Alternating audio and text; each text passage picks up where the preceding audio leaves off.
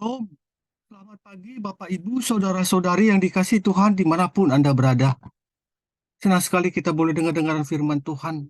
Sebelumnya mari kita bersatu dalam doa. Bapa dalam kerajaan surga, selamat pagi Tuhan. Terima kasih untuk hari yang baru yang Tuhan berikan dalam kehidupan kami. Ajar-ajar kami Tuhan untuk menjalani kehidupan ini agar sesuai dengan kehendak Tuhan. Jauhkan kami segala dari para pencobaan Tuhan. Dan biarlah kami boleh berjalan di jalan yang lurus. Berbicara Engkau Bapa, kami siap untuk mendengarkan firman-Mu. Di dalam nama Tuhan Yesus. Amin. Dimulai dari dirimu. Landasan firman Tuhan diambil dari Roma 12 ayat 17. Roma 12 ayat 17. Janganlah membalas kejahatan dengan kejahatan. Lakukanlah apa yang baik bagi semua orang. Amsal 11 ayat 17. Siapa yang mengindahkan Amsal 11 ayat 17. Orang yang murah hati berbuat baik kepada diri sendiri, tetapi orang yang kejam menyiksa badannya sendiri. Bapak Ibu yang dikasihi Tuhan, firman Tuhan tidak pernah mengizinkan kita untuk hidup dalam ketegangan dan perseteruan. Walaupun keadaan tidak menyenangkan, walaupun itu ditimbulkan bukan karena kesalahan kita. Jadi Tuhan tidak pernah mengizinkan kita untuk hidup dalam ketegangan atau perseteruan atau permusuhan. Untuk mencapai kedamaian di dalam kehidupan sehari-hari, firman Tuhan mengajarkan supaya kitalah yang membuat penyesuaian untuk menjaga kedamaian tersebut. Roma 12 ayat 18 mengatakan, sedapat-dapatnya, kalau hal itu bergantung padamu, hiduplah dalam perdamaian dengan semua orang. Ada satu cerita, Bill and Mary adalah pasangan suami istri yang tetap hidup berdampingan. Walaupun di dalam rumah tangga mereka sering terjadi ketegangan atau pertengkaran yang disebabkan oleh perbedaan karakter. Bill dikenal sebagai pria yang egois, suka berdebat, sulit bergaul, suka mengkritik, selalu menunjukkan sikap-sikap negatifnya, dan sangat suka membanggakan diri. Bill tidak suka membicarakan hal-hal yang berhubungan dengan kerohanian. Sebaliknya, Mary sangat berbeda dengan Bill. Ia adalah wanita yang baik, lembut, sabar, dan sangat mengasihi Tuhan. Mary jarang mengeluhkan sifat buruk dari suaminya. Ia lebih memilih untuk diam dan bergumul di dalam doa. Ia mau supaya Tuhan mengubahkan suaminya.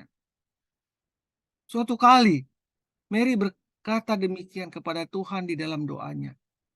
Tuhan, mengapa aku harus hidup dengan suami yang seperti ini? Kapan Engkau akan mengubah suamiku? Mary cukup lama berdiam diri dalam doanya, dan Tuhan pun berbicara di dalam hatinya. Mary, aku akan mengubah suamimu segera setelah engkau berubah. Tuhan, apa maksudmu? Dialah sumber masalahnya, bukan aku, kata Mary membela diri. Mary, engkau belum melakukan semua upaya yang bisa kau lakukan. Engkau belum melakukan semua upaya yang engkau lakukan.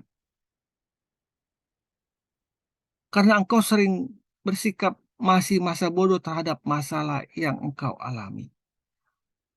Aku menganggapmu bertanggung jawab karena engkau yang lebih dulu mengenal kebenaran, karena engkau yang lebih dulu mengenal Kristus itu, maka engkau bertanggung jawab. Engkau harus mengupayakan kedamaian di dalam rumahmu, di dalam keluargamu. Memang itu berat, tetapi memang demikianlah. Sama seperti Tuhan dengan hubungan dengan manusia. Dia terus berkorban untuk manusia ciptaan yang dia cintai sampai darahnya menetes bahkan mati di kayu salib untuk menyelamatkan manusia.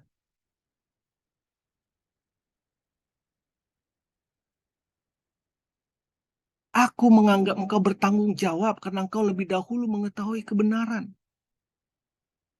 Engkau tahu, sebagai orang yang lebih dulu tahu akan kebenaran, engkaulah yang harus mengupayakan kedamaian di dalam rumah tanggamu.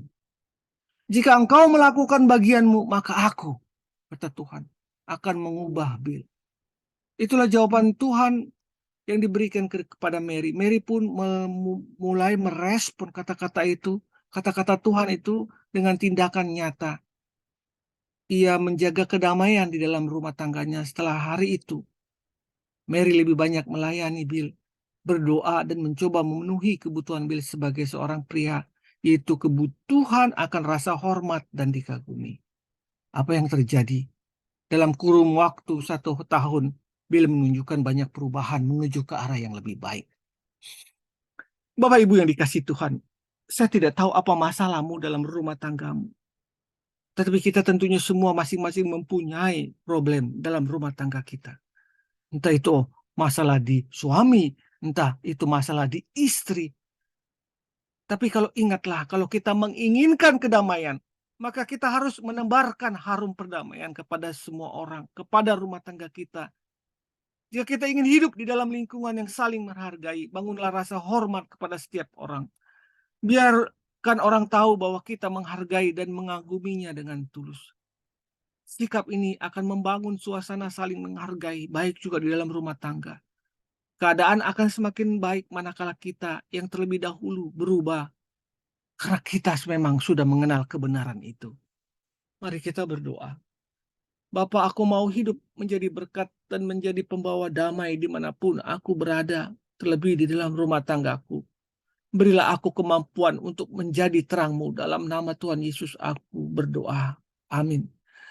Kalau kita menginginkan hubungan yang harmonis dalam rumah tangga kita, jangan bangun tembok permusuhan. Selamat pagi, selamat berkarya. Tuhan Yesus memberkatimu. Amin. Amin.